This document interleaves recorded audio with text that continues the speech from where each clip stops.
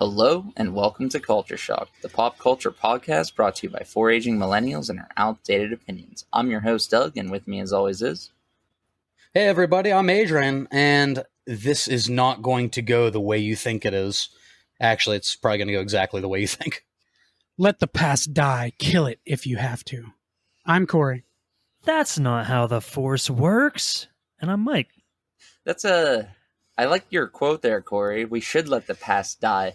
And I'll tell you why when we get further into our episode on the Star Wars sequels. Ugh.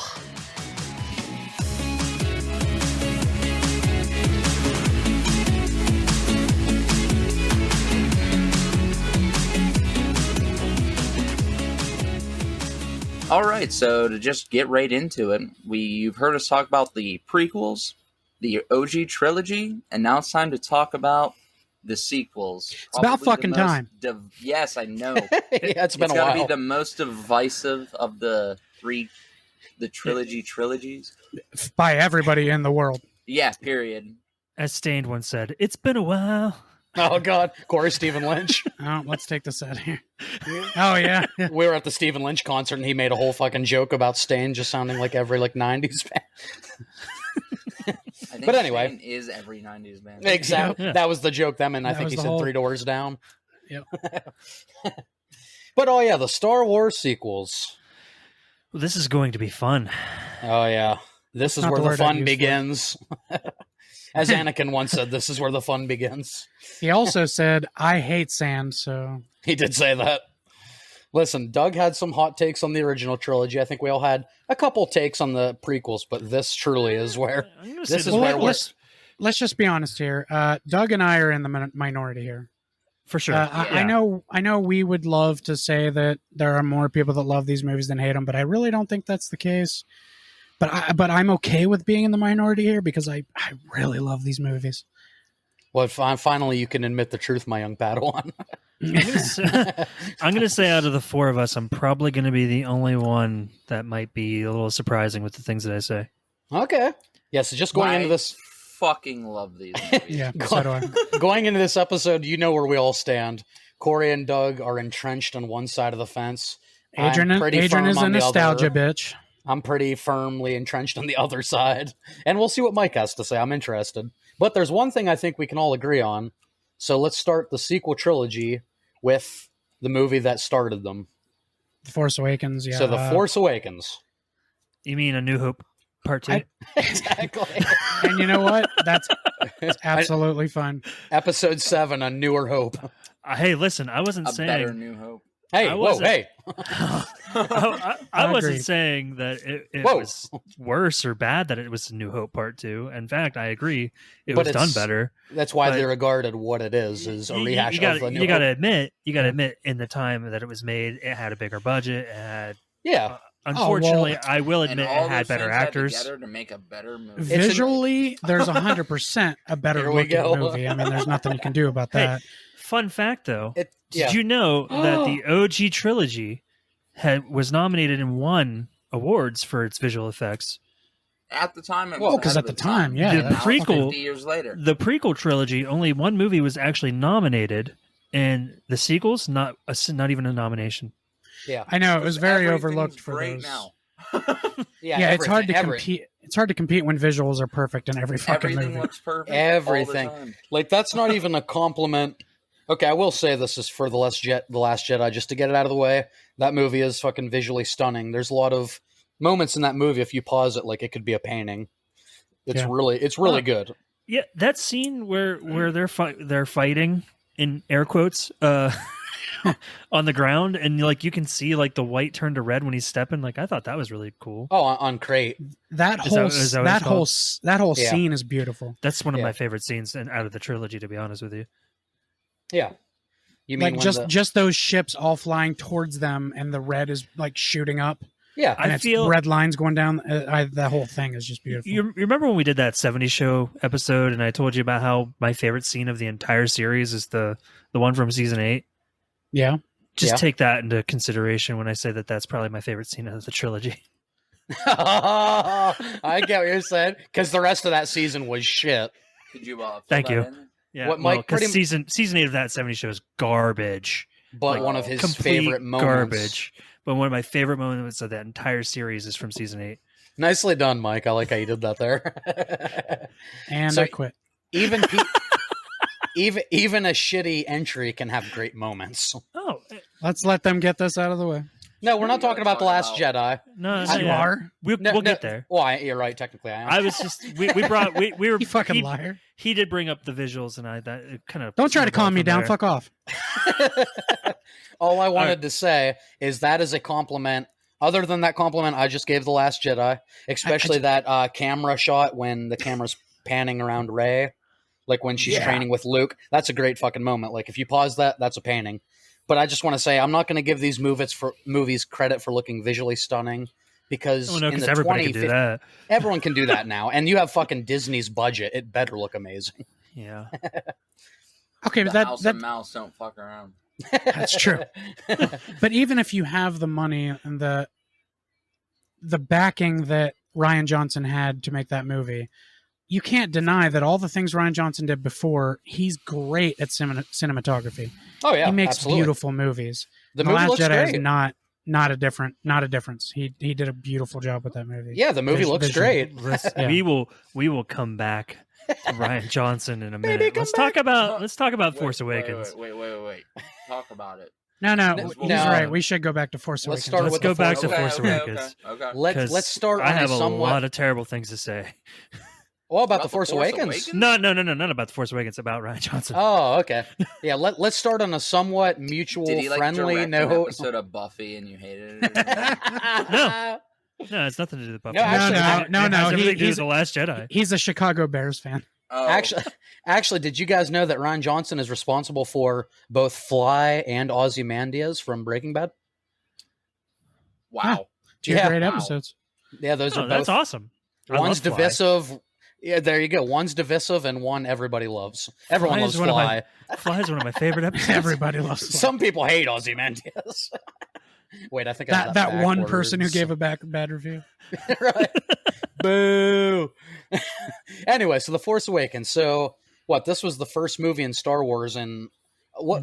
Revenge of the Sith was what? 2005, right? I think 2005. I figured this out. It was like a 12-year gap. A 11 or 12 Yeah, year gap. gap. 17. It was Yeah. significant. So here's the thing. Well, not as big of a gap as from Phantom Menace and Return of the Jedi, though. Exactly. But here's the thing.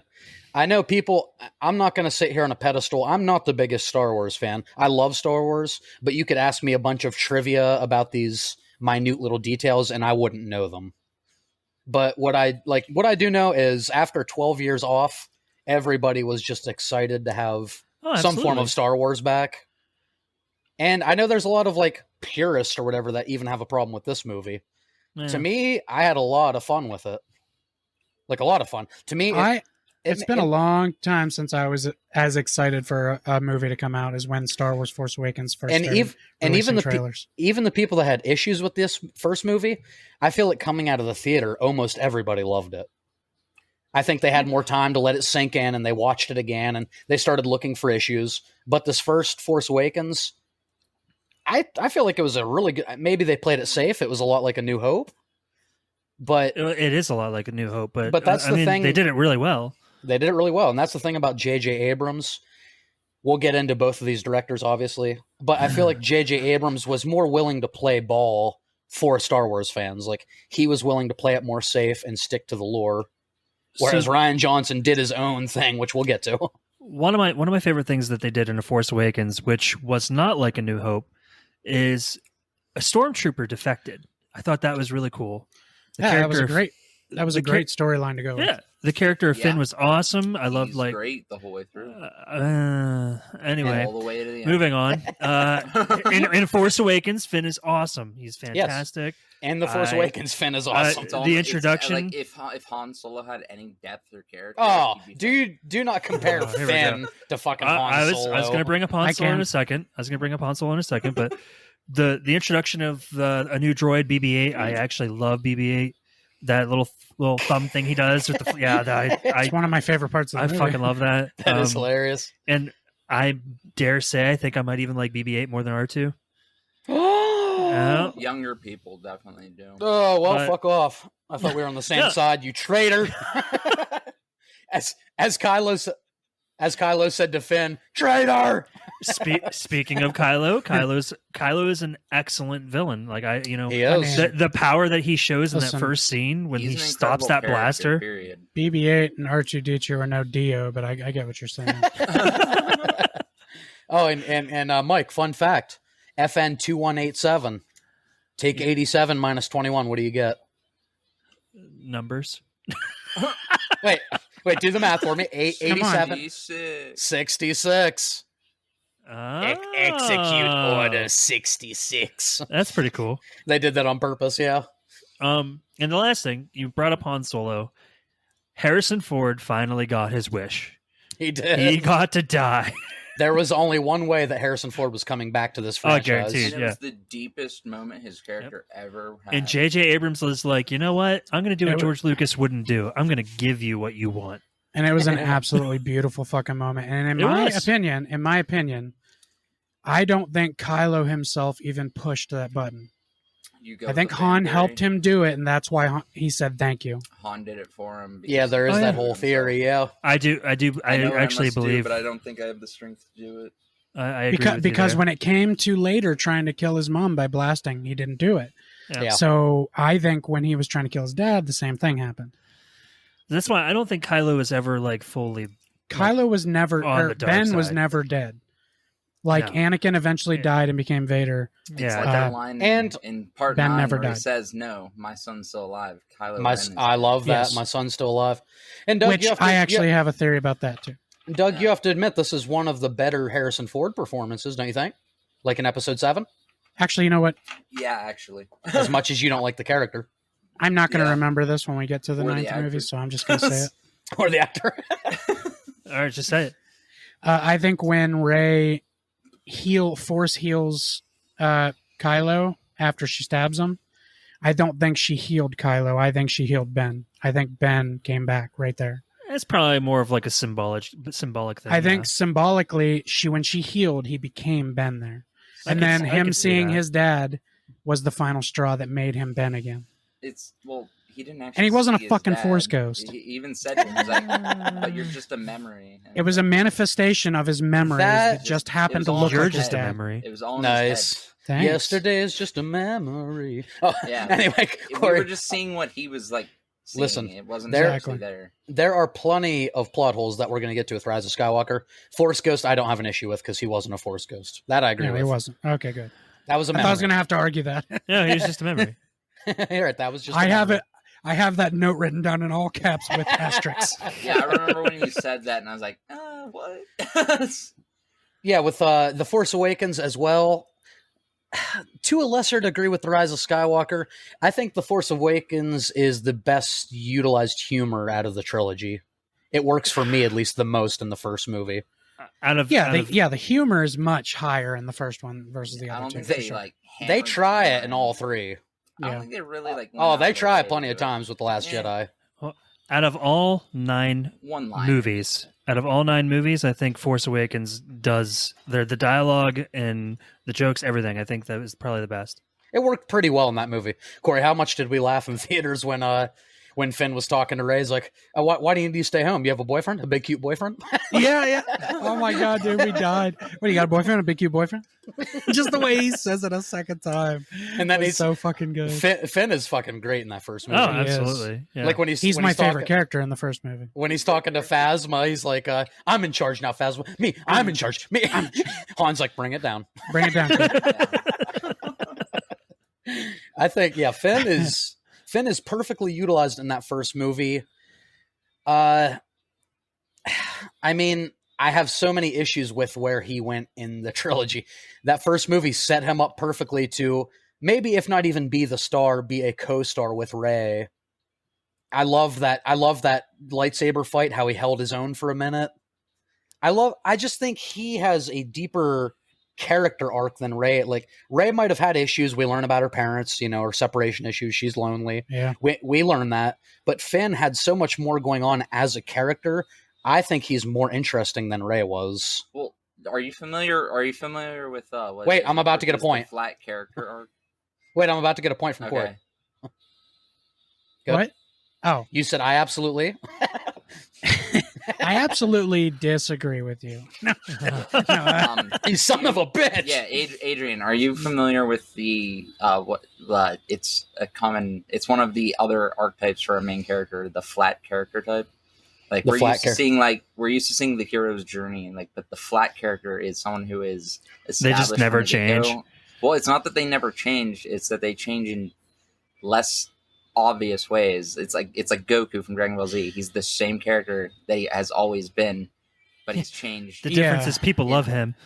No. It's just the way that he's Well, changed. the problem- isn't something so obvious. Ray is like, that's the problem with Finn, though, is it should have been more obvious. Like, if you really pay attention and look at the background of all the things Finn accomplished in the second and third movie, it's so subtle that you almost miss it. It was nothing.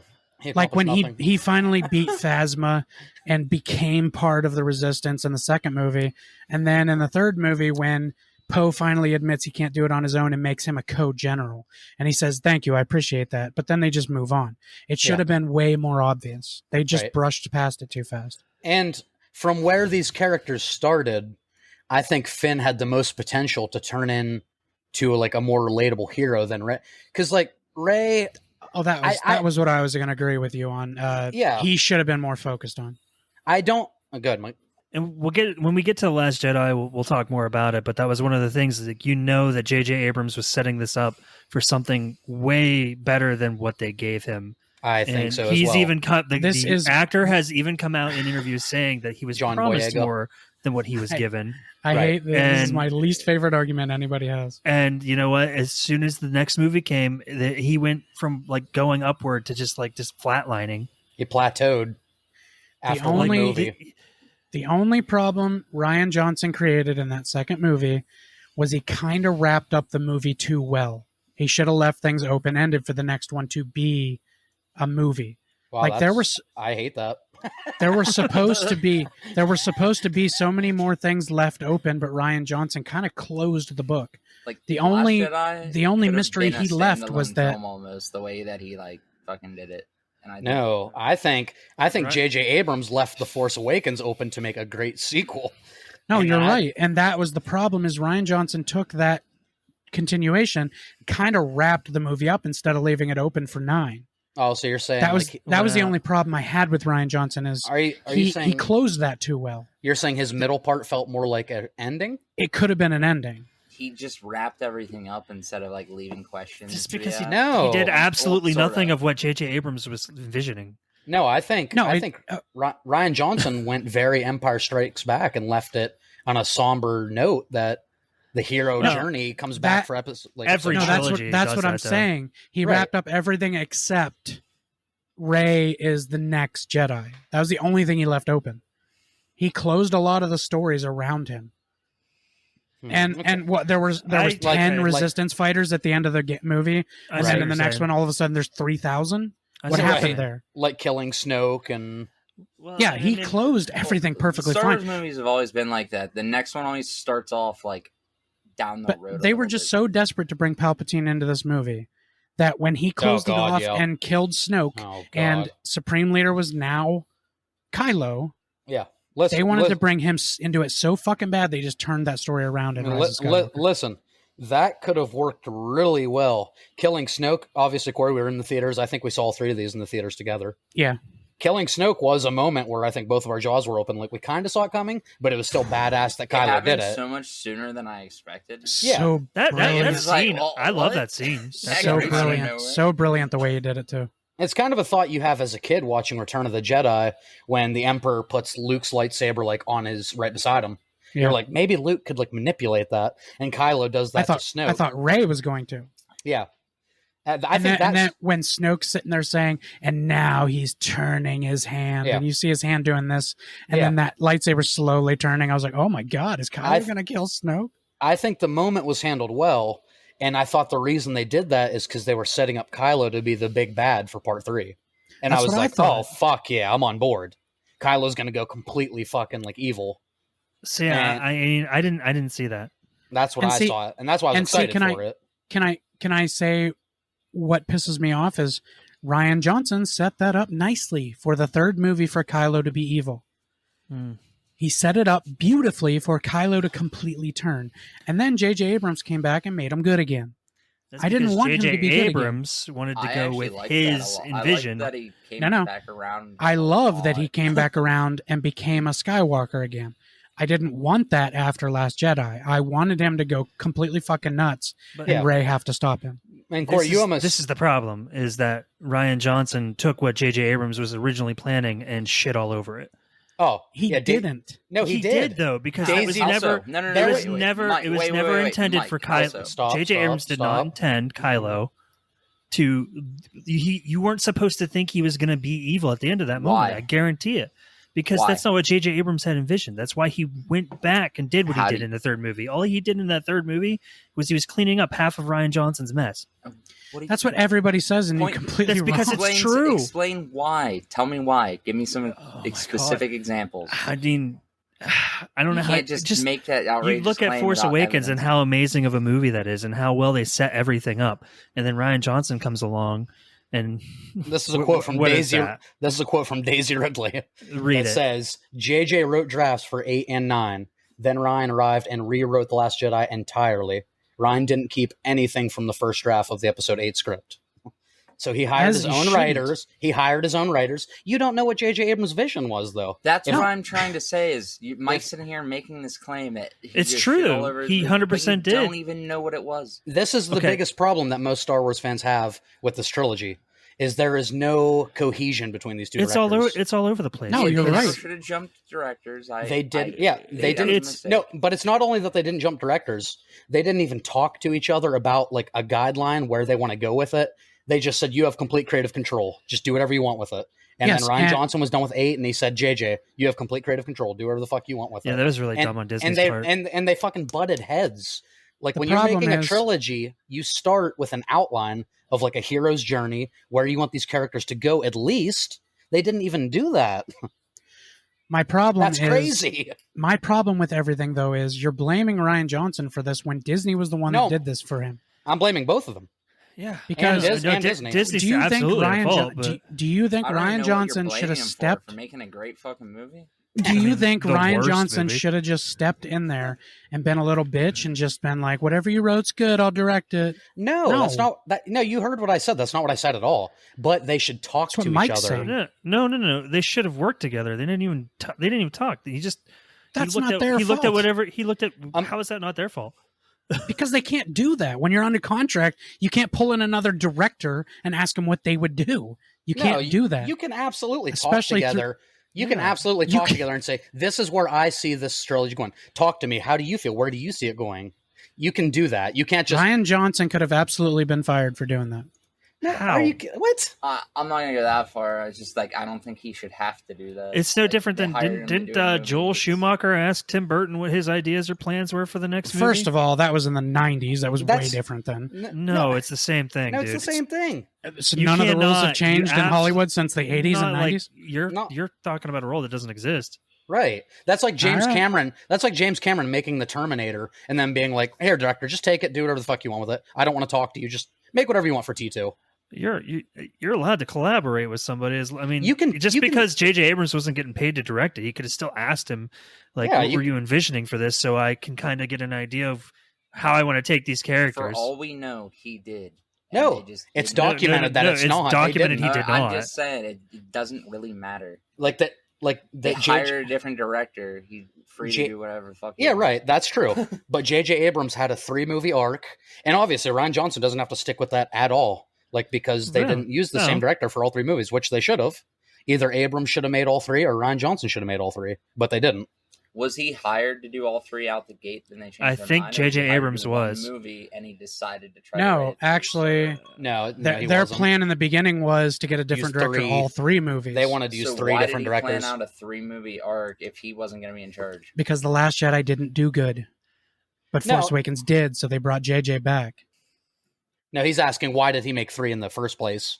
Well, because he wanted a general outline for the other direct. They didn't have to follow it. But he was saying, hey, they're all creative minds. He's saying, hey, this is the way I see it going. You don't have to do this, but just this is the way I see it going. Yeah. But when Rian Johnson was hired on, they didn't even like talk. I was gonna say, if you're gonna write characters and you're introducing these characters for a trilogy, of course you're gonna envision what you see happening in the next 3 movies. And that's fine, but he knew ahead of time he wasn't gonna get the say in the next one, so it's like it's not a big deal. Like, here's one of my plus it's better than 7 anyway, so I don't even no.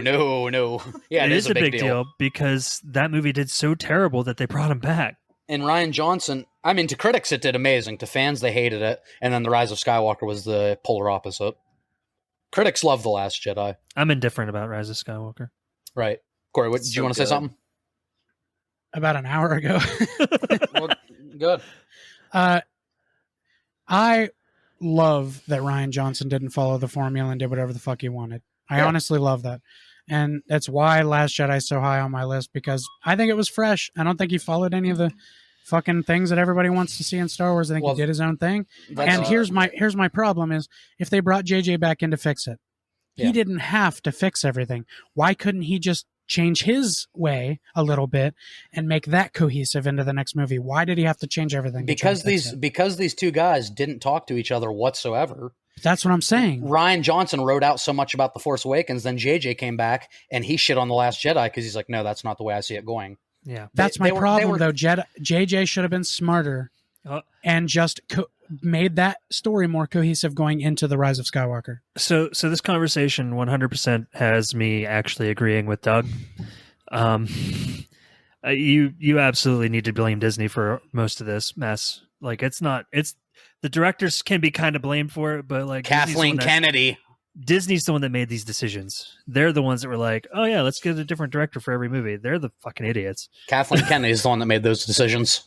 I don't even really have like really that big of a problem with like the way it went back and forth a little bit. I thought it was like a nice. I don't either. I just hate that argument. It just doesn't feel like a cohesive trilogy. It feels like they're like battling back and forth because like they both see it going a different way.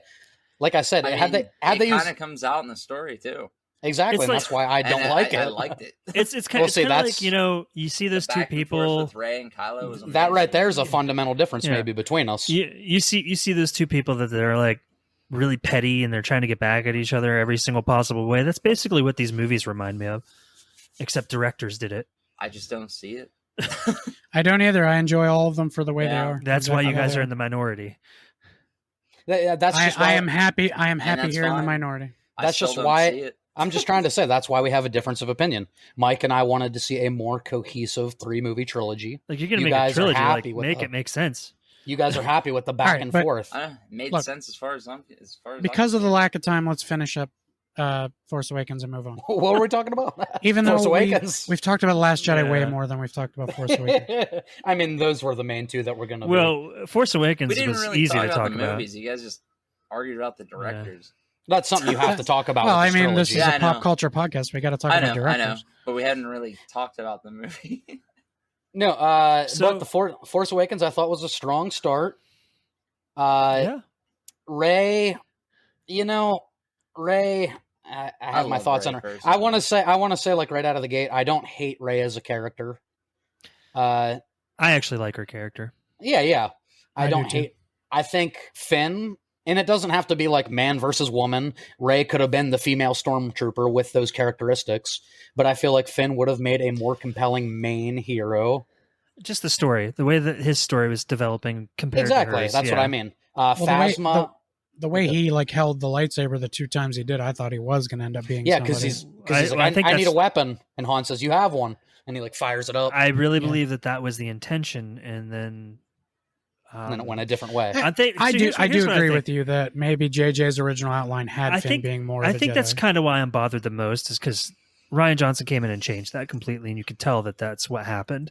But at the same time, you can't, like, I'll agree with you guys, like he was right in his own way, and maybe he just didn't see Finn being that character, or he was like, maybe this story doesn't need 2 main Jedis, it only needs 1.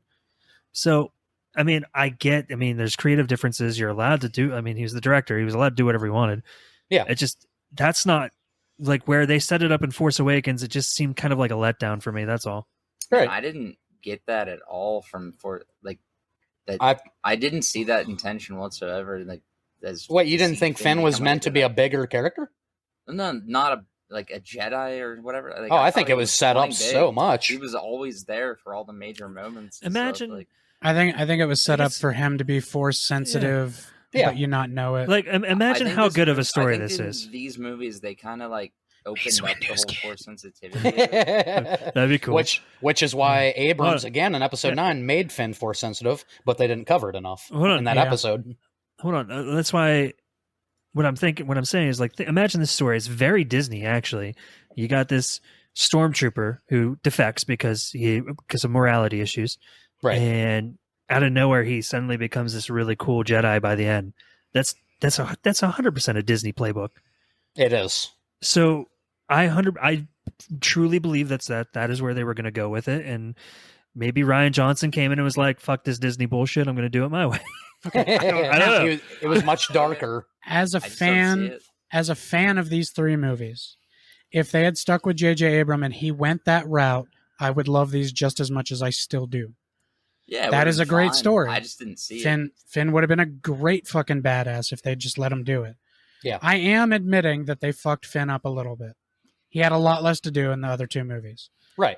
But if you look at the subtle changes in Finn, he still had his character arc. It was just way more subtle than it should have been. In 9, he was there for well, that's what I said. They did, but he was a background character. Well, but in 9, I will say in 9 they tried to remedy that. Rey was always the main character. Like, Rey was always the main character. Well, JJ tried. Well, yeah, she was, but JJ tried to involve Finn again in Episode 9 because it was JJ.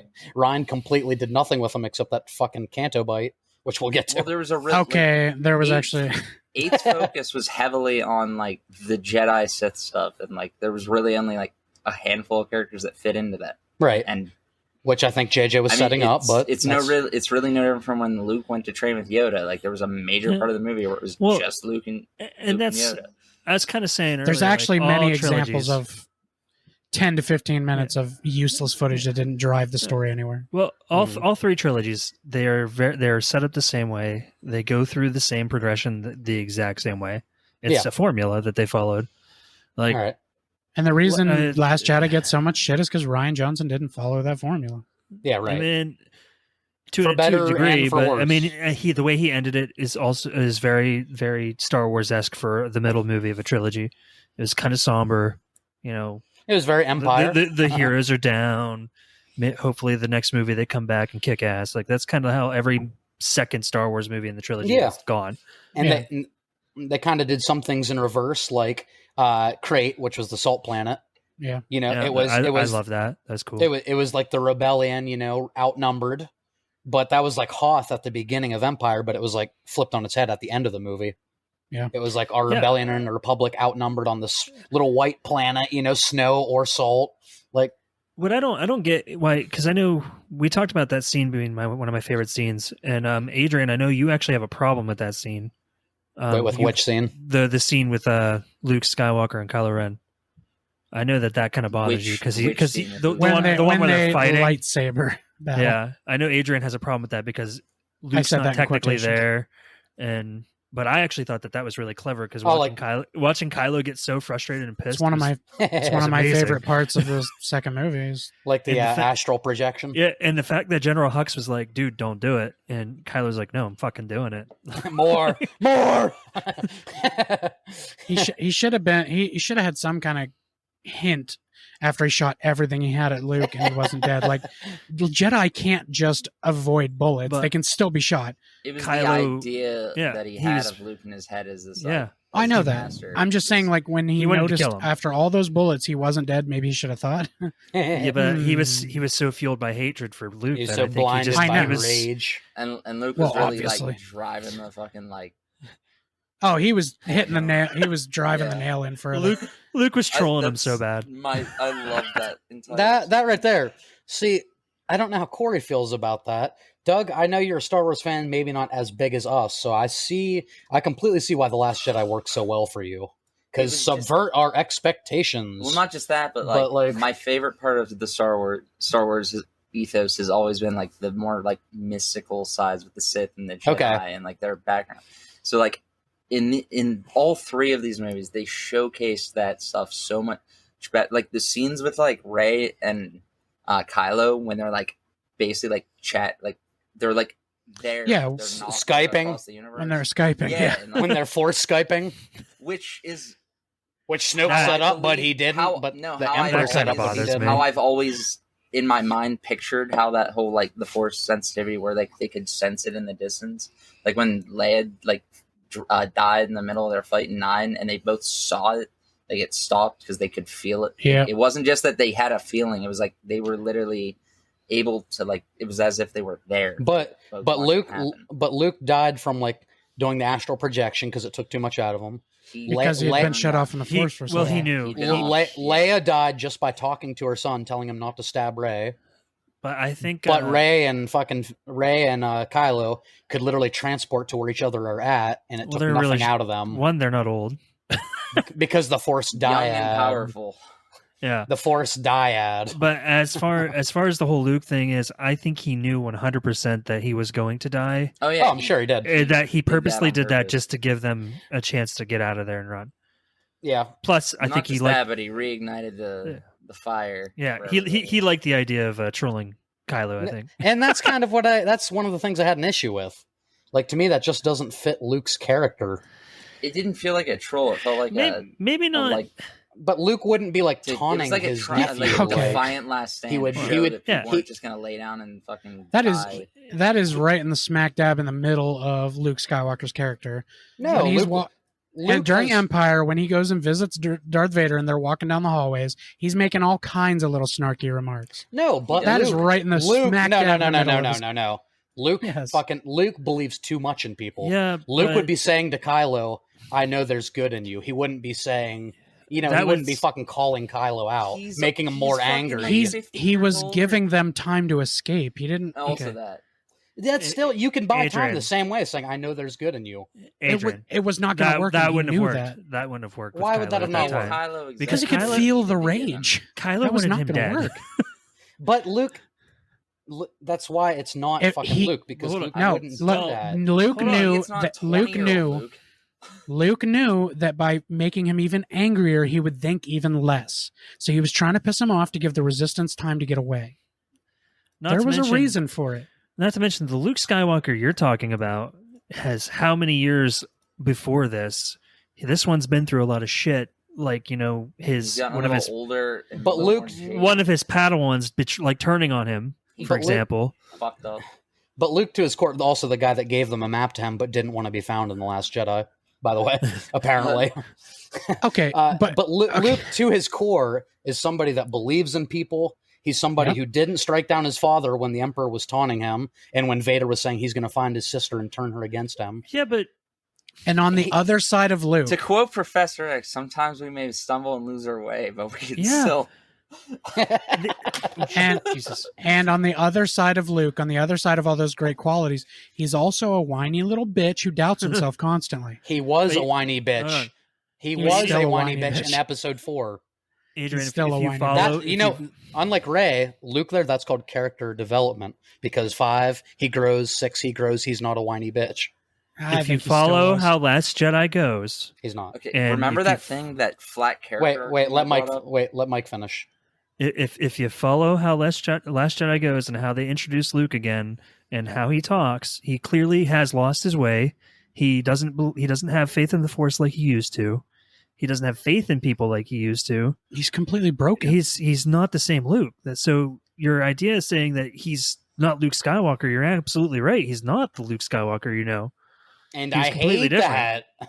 But just because you hate it doesn't mean it doesn't happen to people. As far as the writing goes, it was actually very real. Like, I'm not going to take... Like, I know why you're upset about it. Like, I get it. But at the same time, I'm not going to blame... And I think story-wise, that's actually really good. Another thing I fundamentally hate about that character is they could have made him the same bitter old man without having him take a lightsaber up to Kylo and think about striking him down. What if Luke, back when he did the Jedi Academy, what if he believed too much in Kylo? That despite these visions... Okay. despite these visions, he said, you know what? I know this kid is good. And then he leaves and he comes back and Kylo struck down everybody. I would agree with that. And then Luke's that bitter old man. Instead of having him raise a fucking lightsaber and Kylo look up terrified for his life. That's also not Luke. That's very Anakin-esque, to believe in a dream that's not real. That's true. That was the doubting part of Luke Skywalker, where he thought that was the right thing to do when he lifted that lightsaber, and then the good part of Luke Skywalker took over, and he's like, what the fuck am I doing? Everybody has those crisis moments in their life where they're not themselves. You can't have Luke be this perfect shining light all the goddamn time. He makes mistakes. Everybody does. That was his mistake. That was his mistake. My point is they could have made the same character in The Last Jedi in a better way. I don't like the way they handled it. Better is very subjective. Better. Honestly, and I'm probably, this is where you and I are going to differ on this, but that's probably the general consensus as far as Luke Skywalker is concerned with the fan base. But no, I'm kind of, as far as the writing goes and the way that they made that make sense. I mean, he was already in exile. J.J. Abrams had planned that out. So why was he in exile? There had to be a good reason for it. And why was he the way he was? Why did he not want to be found? It had to have been something pretty fucking extreme for him to shut himself off that far away. I like when the main character... I've always liked that Luke did that and then thought, oh my God, I'm not as good of a person as I think I am. I have to leave and be away from everybody forever. I like that idea. I don't know. So in that, maybe Rian Johnson went a different route than what J.J. Abrams was going to go. But at the same time, like, looking at how A Force Awakens ended and then seeing like how that played out, I don't really see how else that could have gone. In that lightsaber battle, they don't never touch lightsabers, but between him and Kylo on the Salt Planet, okay? No lightsaber duels in The Last Jedi. No, there aren't. But there are fights where they use lightsabers, so it was fine for me. Luke and Kylo clash lightsaber one time, that's it. I'm not talking about lightsabers. You're talking about the throne room. I'm talking about just lightsabers being used against other people in right. I don't care. Lightsabers don't have to touch each other for me to be excited. As long as there's a lightsaber doing something, I'm happy. Of course they have to touch each other. Or force. Fuck me. Like, you never cross the streams. When they like stop it with the force and shit. That was so sick. What I was trying to say is I don't fucking remember now. God damn it. The Luke and Kylo. If you think about it, you said you don't like that he's being cocky. Okay, I get that. Because he's not a very cocky person. But maybe he was acting, because if you think about it, when he knew that the resistance was getting away, he went way more mellow and was like, and just stood there and looked at Kylo. He didn't do the cocky thing anymore. And when Kylo walked up and put it through him, he said, see you around, kid. Like, he went back to normal Luke. That's when he says, like, amazing, everything you said is just wrong. Every word in that sentence is wrong. I love that line. He was toying with him. I'm willing to concede that. If you guys are willing to concede that Luke's faith in Kylo, instead of raising his lightsaber, would have been a better true to Luke's character. I think Luke believing in him to his dying breath would have been more Luke. Because if Luke had these bad feelings and then he left on a mission and he comes back and they're all dead, the Jedi Temple's in pieces, that would have been more Luke. Like, I believe too much in this kid. That's true, because, I mean, look. But Kylo's not that character. Vader was clearly evil when he was, like, going, hey, there's still good in you, so yeah, I get that. I get what you're saying. Or if you want me to go... I'll meet you guys halfway. Or if you want me to go obnoxious Star Wars fan, I'll tell you this. That was Luke's plan the whole time. He knew Ben would come back in The Rise of Skywalker. He did it on purpose. He had a Force vision. It was all done on purpose. He could feel it in the Force. Yoda and Qui-Gon were like, plot armor. Listen here, man. We got to tell you what to do. You got to go rightly kill this kid. Just like I want to point out a line in Last Jedi that I loved. It's a real quick line that Finn says. You don't even realize it if you're not paying attention, but Finn says they only have 12 parsecs till they reach the fleet. It's just a real quick line, but he says 12 parsecs. I just thought that was cool. Wait, they actually used it as he used it as a distance. Yep. I didn't remember that. So they make fun of the fact that it's. Yeah, they throw that in there as a they exactly. Just make fun of, they make fun of the original line. Yeah. It was really cool. Oh man! But I personally think Luke's last moments in Last Jedi are beautiful. All that stuff with Kylo, and then going back to his planet, looking into the suns again, and him like passing coming away. and saying goodbye to everybody, and just like you could see, like everybody like went from being like all downtrodden to like they had like hope again. It's like he was a new hope. Yeah. Oh, and which is perfect to his character, which is why I love that moment. This is another moment at the end of the movie that either pisses fans off or they love it. The little kid that they gave the resistance pin to, who makes the broom come to himself. Oh yeah, I think that's like a symbol of him being force sensitive, like, and that there's hope in being a nobody and becoming something. Yeah, that's what I think that was supposed to be saying. But there's a lot of fans that fucking hate that. Well, where'd that kid go? He's not supposed to be in the movie. They were just showing you that there are people out there. Academy that's going to go train him. Exactly. That's like asking, where did that random alien riding thing go? Yeah. Who cares? He doesn't like you. I don't like you either. All right, and we would be remiss if we don't talk about, guys, come on, The Last Jedi. I want to know how everyone feels about it. Are you going to talk about Cantabite again? Nope. We're going to talk about that as well. But the Leia scene. Which Leia scene? Yeah, where she floats back to the ship. Adrian fucking hates it. I hate even it even when we were in theaters, Adrian looked over and I was like, yeah. I was laughing. He was so pissed. I was cracking up. I'm indifferent. It's cheesy the way they handled it. Should have died there. She should have died there. And that's what I mean. I think it would have been more impactful if she died there. It was super cheesy that she floated back to the ship. Yes. And fucking Akbar. He got killed there. No mention. Just Akbar's gone. Yeah. Our boy Akbar. All these it's a trap. It's a trap. All these movies. They could have given him like, it's a bomb. I'm dead. That would have been great. I fell for the trap. That would have been great. See, everybody listening, we don't always hate each other. I'm trying really hard. No, speak for yourself. I hate. He said, I hate all of you. My name in this podcast is # not my Luke. Han wasn't a Force ghost. He wasn't. Agreed. And it's okay. Okay. So you know what? Fine. I do like that Kylo pulled back, like you said, Corey, and he didn't actually like fire the missiles or whatever. I love that. That was a great fucking moment. I love how Kylo was struggling with who he was the entire time. Yeah, so did I. He had like an identity crisis. Yeah. Like, if we look back at like Revenge of the Sith, part 3, Anakin went from being like a good guy to just pure evil. Like there was no overnight. Yeah, it happened fast. He was conflicted in he was just a kid in 1. He was conflicted in 2, and then he was just evil in 3. Chopped the dude's head off, and it was all downhill from there. I just want you all to know that after having this nice long conversation about The Last Jedi, that my list has changed a little. Yeah, nice. For the worse for us. And by the way, don't you guys feel like if episode 1 had a teenage Anakin instead of a young Anakin, like showing maybe a dark moment or two, that would have helped the evolution? No, yeah, we talked about that in our episode. I 100% wish it would have been a teenage Anakin. Listen, I just listened to almost like I just listened to like the last 10 episodes of our podcast. Yeah, we definitely talked about that. And listen, Jake, if you're listening, I'm sorry. Yeah, you did okay for what you were given. And I apologize that you got so much shit for it, but you know what? It should have been a teenager. I'm sorry. And that's also... I know, I agree, Corey. And with that sentiment, I have one other thing to say. Yippee! Yippee! But if we're talking about actors that got too much hate, also sorry to Kelly Marie Tran, who played Rose. That was completely fucking unheard of. Jesus. I don't... That's uncalled for. I don't see why people can't separate like the art from the artist or the actor from the writing or however you want to say it. Like it's not this actress's fault that her particular character I didn't really care for, but it sucked. but it's not her fault. I mean, I assume it's similar to how you guys felt about this director before we started talking about it, how you were just blaming him for everything. But we're not sending him fucking death threats. No. Yeah, no. We're not sending him death threats. Wait, you guys didn't do that? Shit. Wait.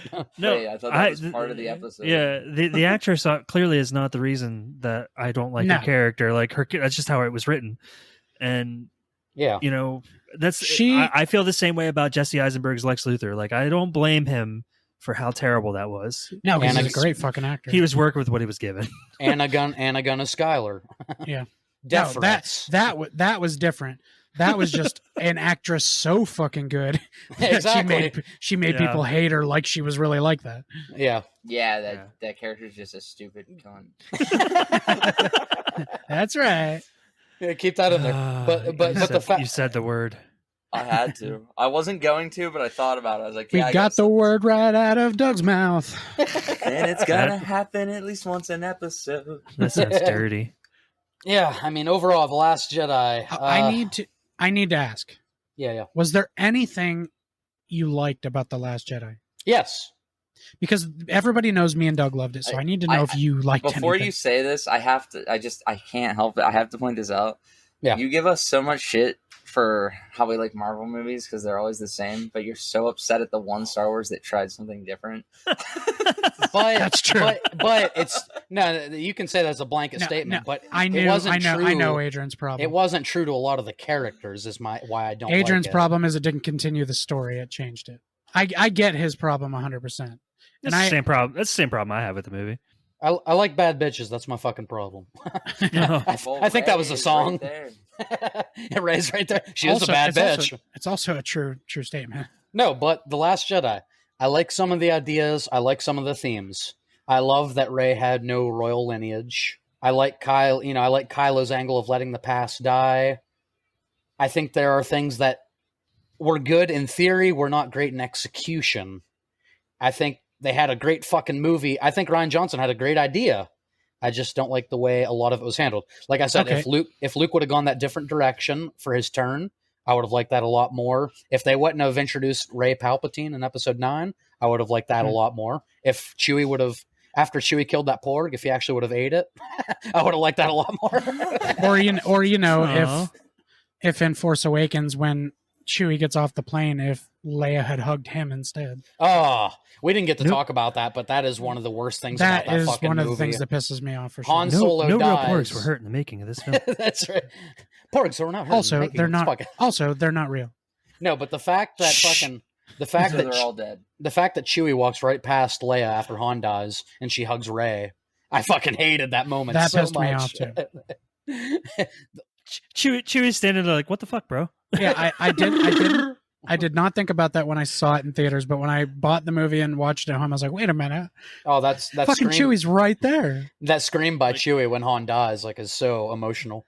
Chewie's been close. Well, was that the first time that Rey felt a death through the Force? Wait, what'd you say, Doug? Was that the first time Rey felt his death through the Force? Well, no, because she was right there. Not technically. When she was on the ship, when they fire that thing and kill all those planets, she collapses. Okay, yeah. That was actually one of my favorite parts of that movie. Star Killer Base. Okay, I have to ask. I have to touch on this. You guys probably think I'm being ridiculous, but I feel like that's such a lame name for that fucking space station. Star Killer Base.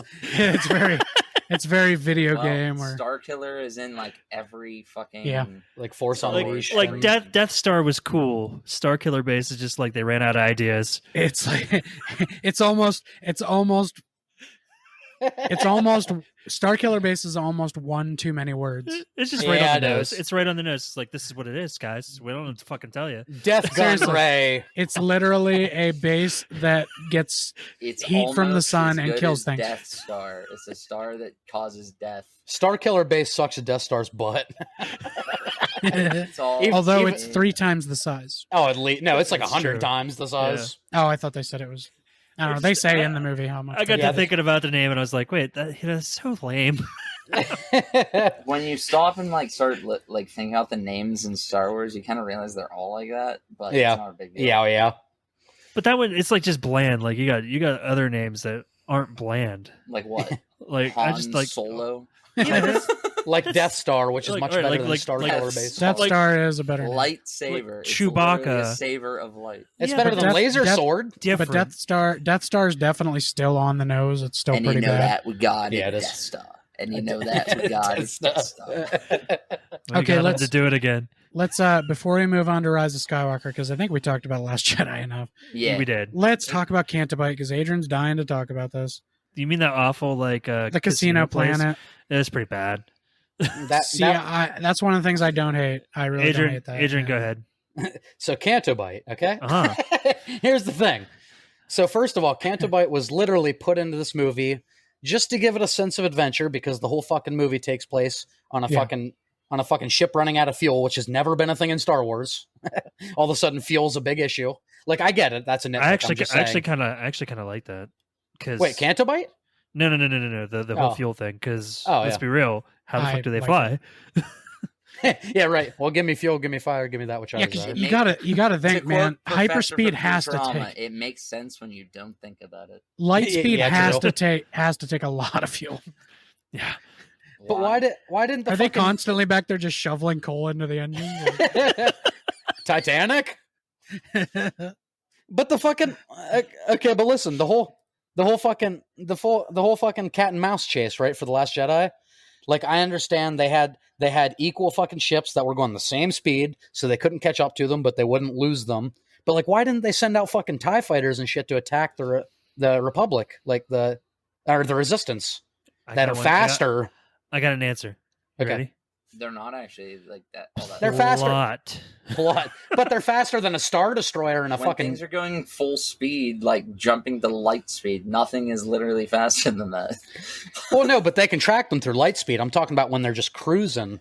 That would have destroyed the plot. Well, and it just looked like they were cruising. They were moving very fast. Yeah, but the fucking TIE fighters and the fucking B-Wings, they're faster than those ships. They could have cut them off from front and at least made them swerve and slow them down. So the fucking, what is it called? The not the Star Destroyer, but what's the thing that fucking Poe blows up with the bombing brigade?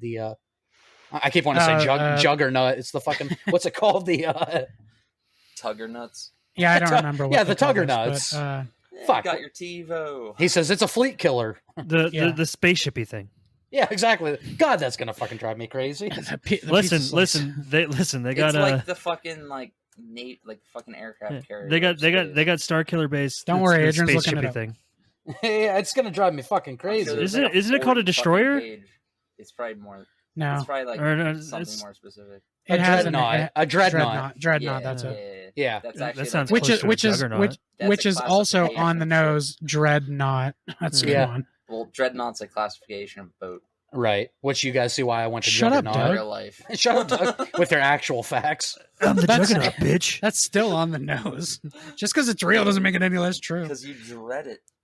Not. It's moving like a knot. Oh, is it the 90s is not back? Not. Last Jedi is an amazing movie. Not. Doug, don't edit that out. He can clip me saying the last. I'm not going to repeat it. He's already got me. He's already got me. Don't worry. He's literally editing that right now. What he's going to do is he's going to save that snippet so he can use it against you. But he's going to leave it in the episode. I'm going to make him save it at the very end or something. There you go. Right. We gotta get to the Rise of Skywalker. Yeah, we got. There's not much else to say. Fucking Cantabite. Most fans hate that. I know Doug and Corey probably don't. I'm not a fan. I can tell you why I like it quickly. Okay, but I just want to tell you real quick. That's the moment why I hated Rose, because she's doing these elementary fucking capturing animals is bad. Child slavery is bad. And she's telling this to fucking Finn, who was a child slave as a stormtrooper. I hate that. And it just slowed down the pacing of the whole movie. BB-8 shooting the fucking coins from the casino felt like the fucking Ewoks throwing their rocks at the stormtroopers. I kind of like that. That's how I felt about every R2 scene. Yeah, okay, so I understand that. Yeah, I relate to that. Yeah, you are giving Doug validity on the R2 stuff. No, I understand that. I do like BB-8 for the most part. I just hated that. I hate you for that. All right, Corey, why do you like Cantabite? It's not that I like Cantabite. It's that I don't. Okay. Boobs. I guess there are boobs there, but it's not that I like Cantabite. That part of the movie is whatever, take it or leave it. But the fact that everybody hates it for slowing down the pacing of the movie, they actually went there for a reason. They found Benicio del Toro's character, who was a hacker. wasn't the code breaker. He wasn't the code breaker, but he was a code breaker. He did it. And he was in their prison cell, the same exact prison cell. What are the odds? They say only one guy. Okay, listen. It's plot armor. Don't get me wrong. Right. Marvel does it all the time. Just okay. We're not. Yes! Fuck up. We're not talking about that. Yes. All right. Good. Cool. But Doug's cutting that out. The exact examples, like in Empire, when they do a whole 10-minute space chase that literally doesn't move the story along, and they end up in that worm's mouth. There's a whole dance number in the remaster of Return of the Jedi where they just that's badass. Okay. And then the trash compactor scene, the trash compactor scene, as iconic as it is, did nothing to move the story along. There are many examples in these movies of scenes that just don't fucking matter. Cantabite's no different, except they ended up with somebody that could actually help them. Whoa. So it actually did move the story along. But he didn't fucking help them. He fucked them. You just made me, he helped them first, though. He did help them. Oh, I do agree. Feel so validated. I do agree. Where that I will say that trash compactor scene didn't do anything to move the movie along, but it definitely was important because it showed that R2 was trustworthy. Hell yeah! He proved that over and over and over again. They didn't need that scene for that. You know what else? That scene. Don't get me wrong. I love that scene. Trustworthy is trustworthy. His programming. Anyway. And the script. All right. I have so much more I want to say about this movie, but we can move on if you want. Adrian, we'll do our own episode on this movie. Can I be part of it? I wish we had. I wish this was a 3-hour episode because I have so much I want to say about The Last Jedi. I mean, that's why I asked if we had enough time. After Doug leaves, we'll do a separate little episode where I just yell at you two. Where I just yell at you two. Wait, all right, let's get to the. Is Bono joining us? Let's get to the best of all these movies. Oh, yes, I agree. It's actually not my It's opinion. Definitely better than Last Jedi. I loved it. No. I have. But you guys are gonna hate when I say my top movies. No, probably. Which actually we have to hurry up. Yeah, let's make this quick because honestly, we got 20 minutes. I feel like we won't be. Let's make the rise of Skywalker quick. We gotta talk about this. Yeah, I don't feel like it's going to be very divisive as Last Jedi was. No, I fucking hate this movie. This movie is actually more hated by people than Last Jedi. Even though the Last Jedi changed stuff, it got so into the more lesser known fucking ancient Sith lore it did. You only know about if you get into the video games and the books. And the books, yeah. There's actually a lot of interesting stuff if you've ever read any of the comics or books. As someone who knows about some of that stuff, because I think I'm more of a Star Wars fan than you think.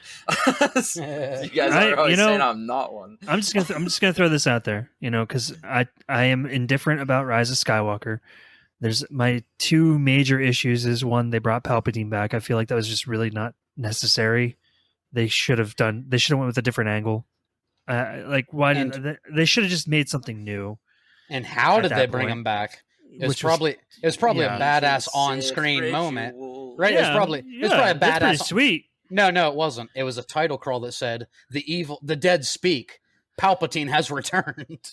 So we don't get to see that. We don't get to see that for the first time. Do you know why they put that in the title scroll though? Why?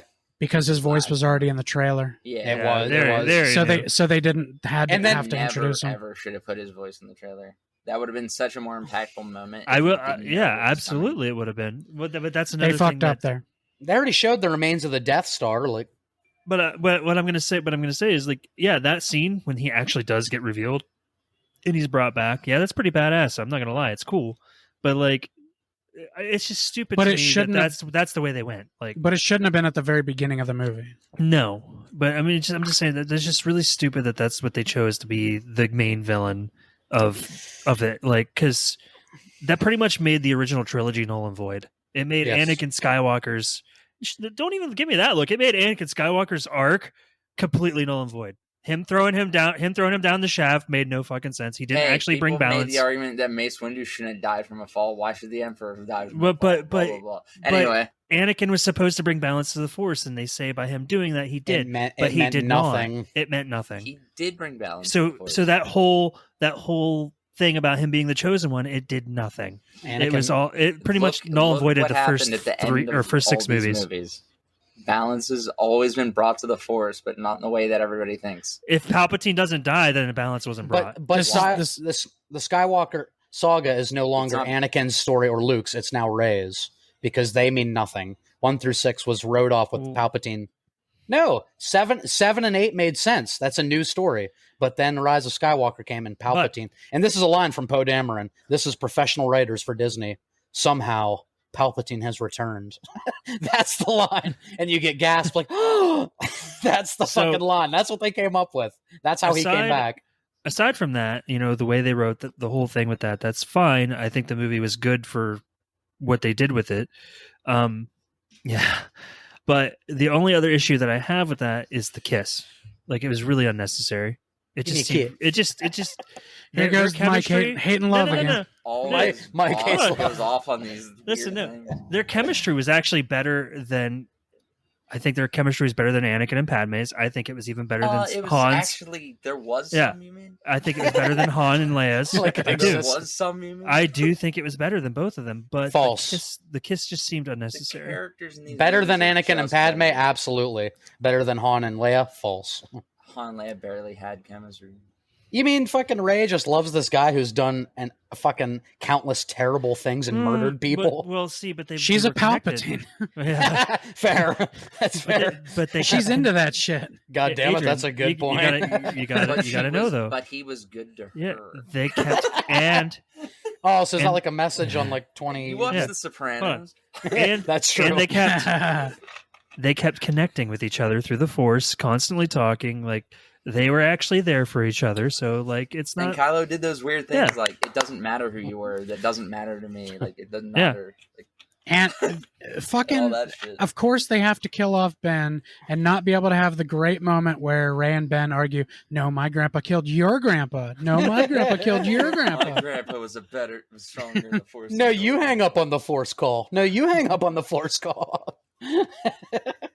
God damn it! I wish they would have done like a sketch of that. Oh yeah, that she's awesome. not hanging up. She's not hanging up. They should have did that on Jimmy Kimmel, like they did with Batman like something Superman. like that. Yeah. But oh god, The Rise of Skywalker. Fuck.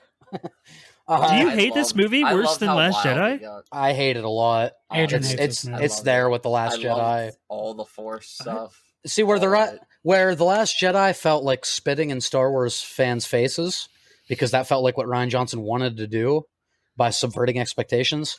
This feels like I feel for J.J. Abrams because he was written into a corner where he had to like please the fans and do something crazy.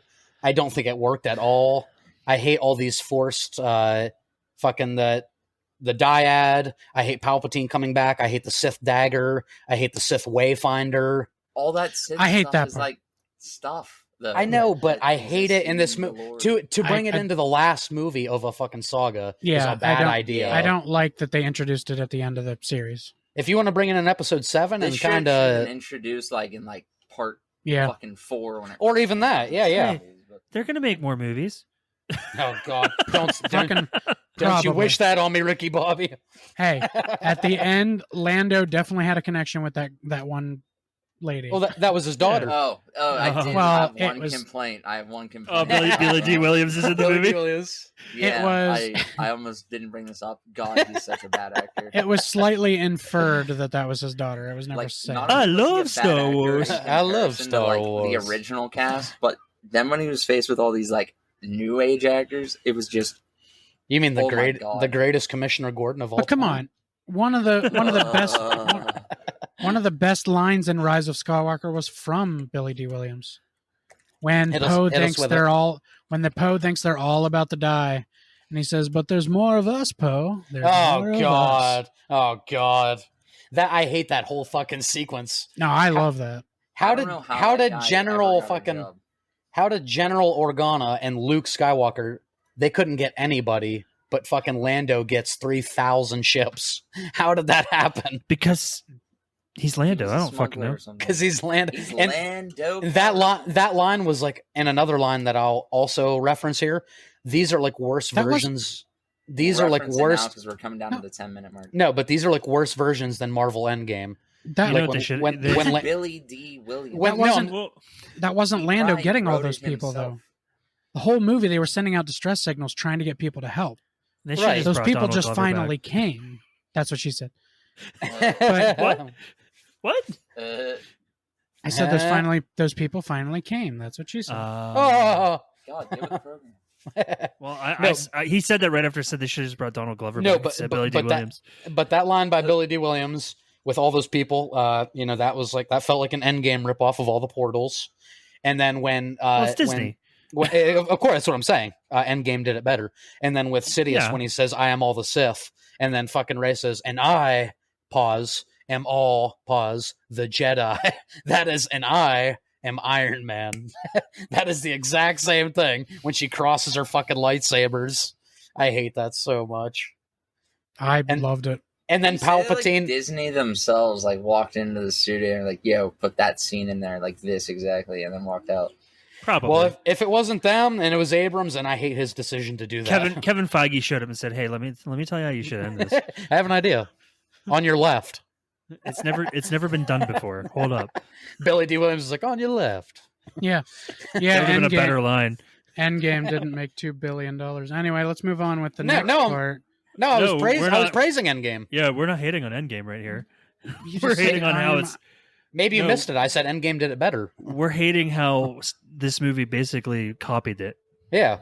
The Star Wars movies always copy each other, so what does it matter? Simpsons did it. Simpsons definitely did it. And then how about fucking Palpatine? When he's not at full form, he's obviously weak, his fingers are fucking falling off, he's decrepit. He raises 1,000 fucking Star Destroyers from the ground with full crews. There are people in them.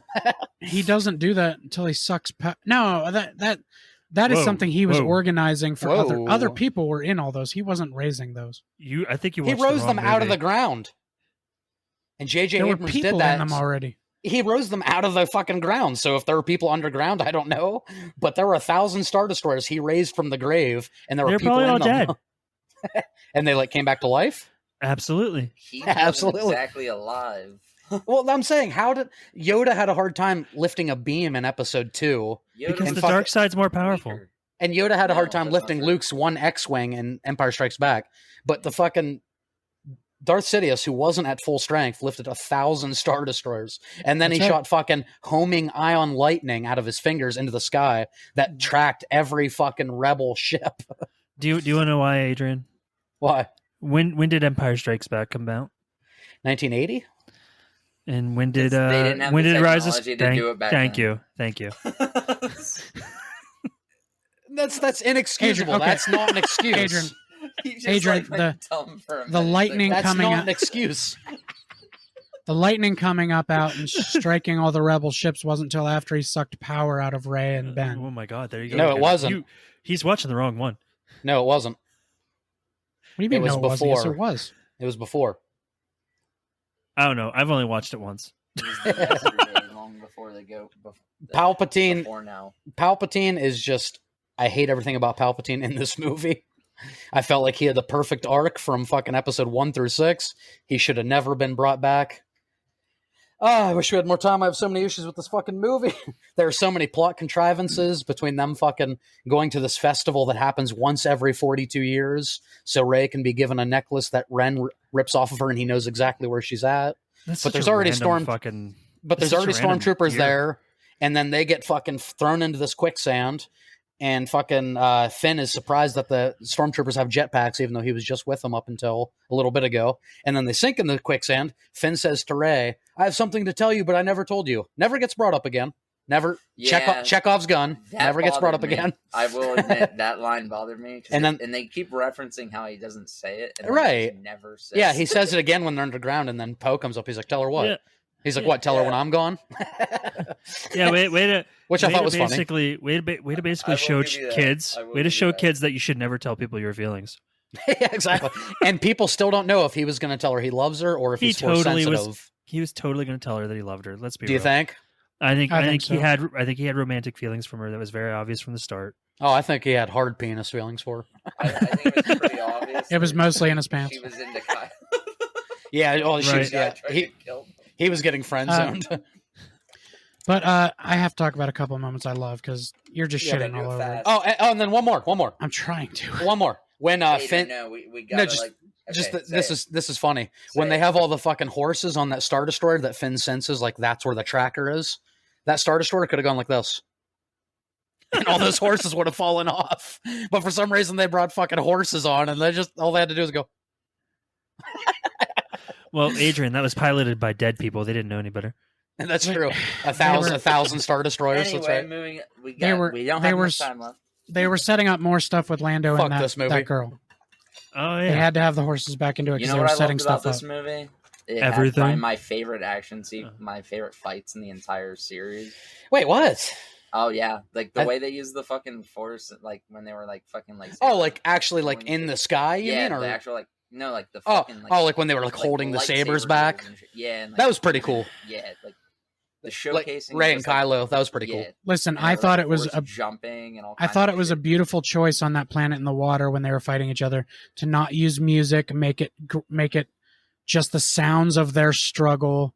The lightsaber sounds. They didn't use any music. They didn't make it too epic. She just like fucking. I hate that everybody always says it isn't as good as Mustafar, but that's because Obi-Wan and Anakin were way more trained than either Rey or Kylo.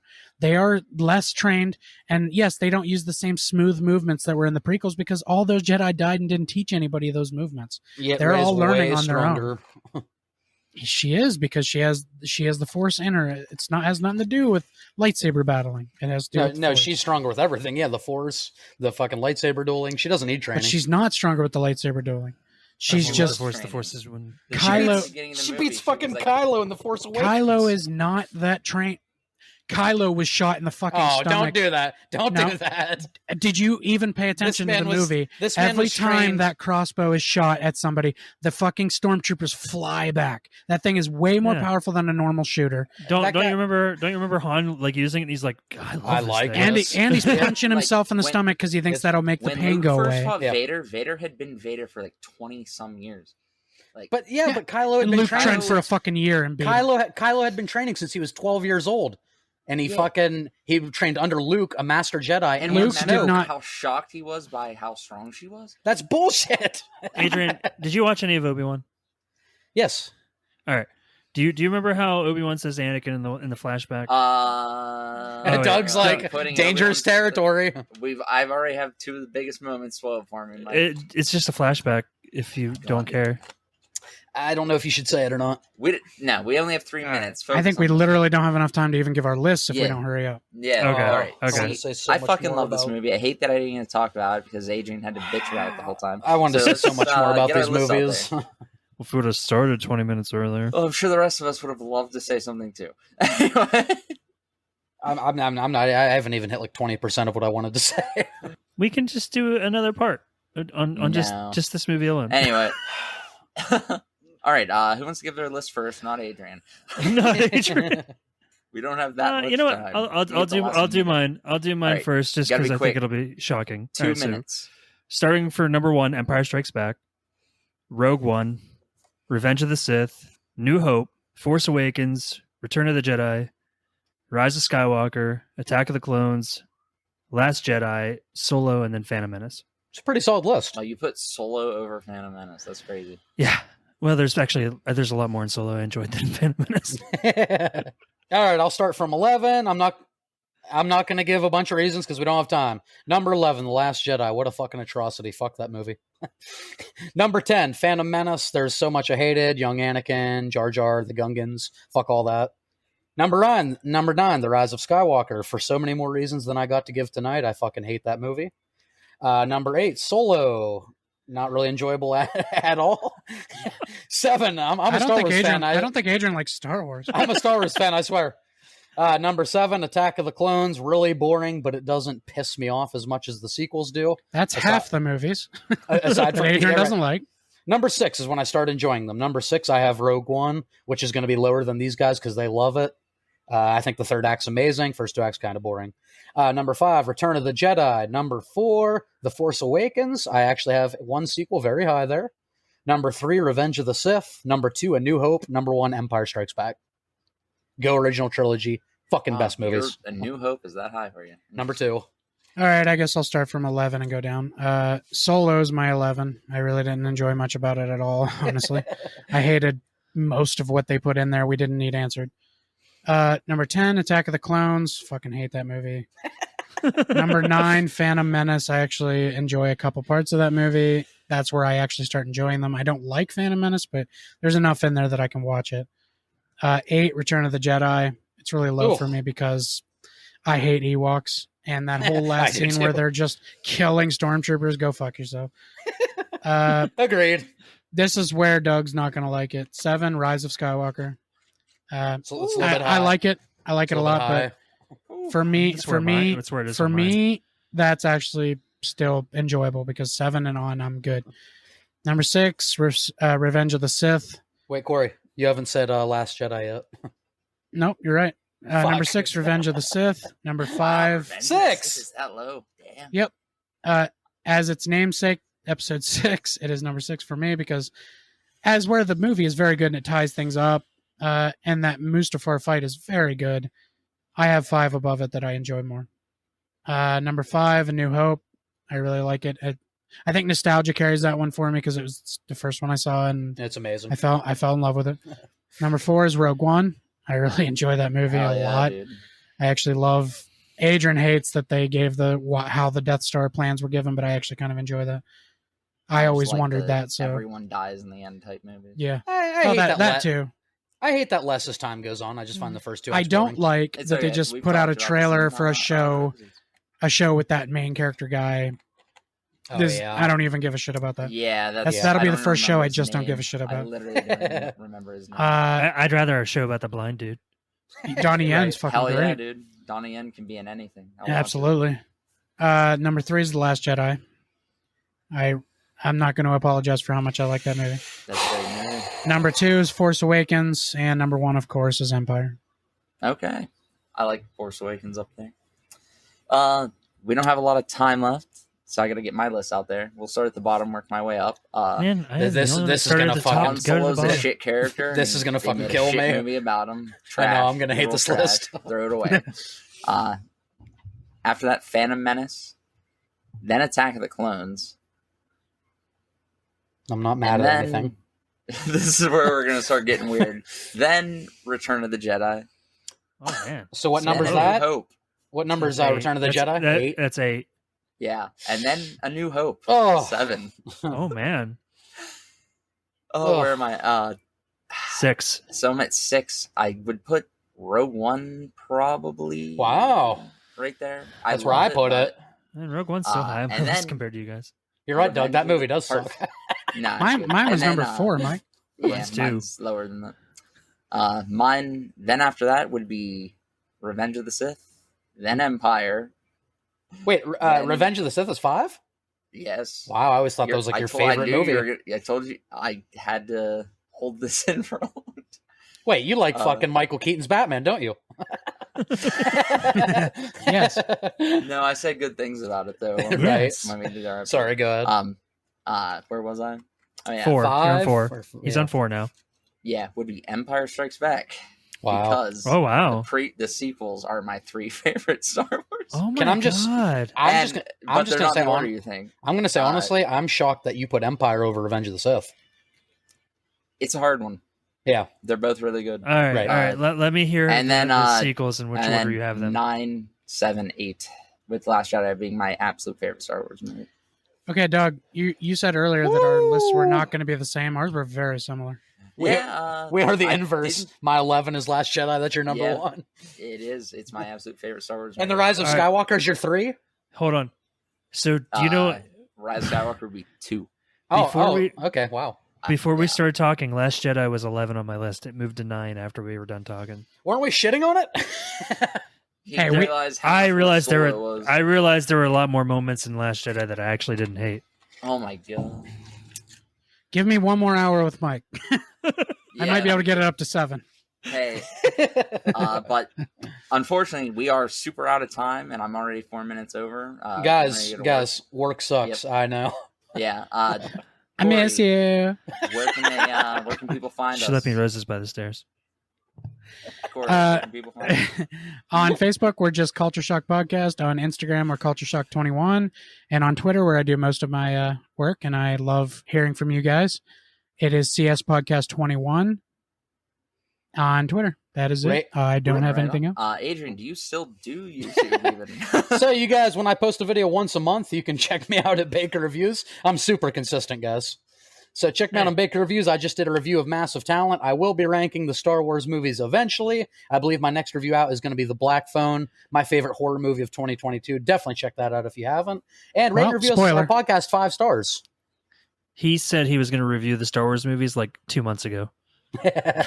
Guys, it'll happen next year. I put this out next 2 year. months ago, so we're all right where we're sitting.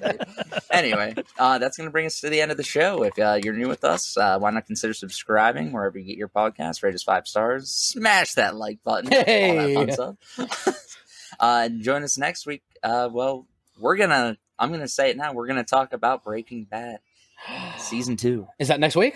It's the next time we record. You're goddamn right. The next time all 4 of us are in a room. And I just locked us into it. Nice. We've never been in a room, all 4 of us together. Breaking Bad was Kylo Ren would Quite say. literally. More. No. More. Anyway, from all of us at Culture Shock, thanks for listening.